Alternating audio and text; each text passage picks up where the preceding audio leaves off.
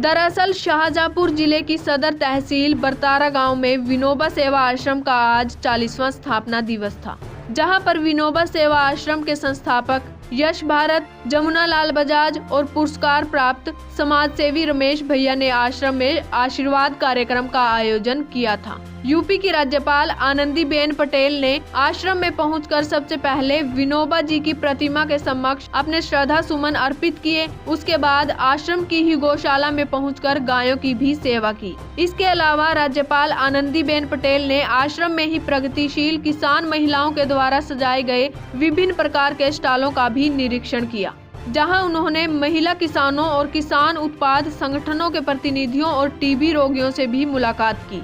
अपने संबोधन के दौरान राज्यपाल आनंदीबेन पटेल ने कहा, स्वयंसेवी संस्थाओं द्वारा जो कार्य किए जा रहे हैं वह अभूतपूर्व हैं। उन्होंने कहा कि आज विनोबा भावे के आदर्शों के मूल्यांकन पर जोर दिया जाना चाहिए।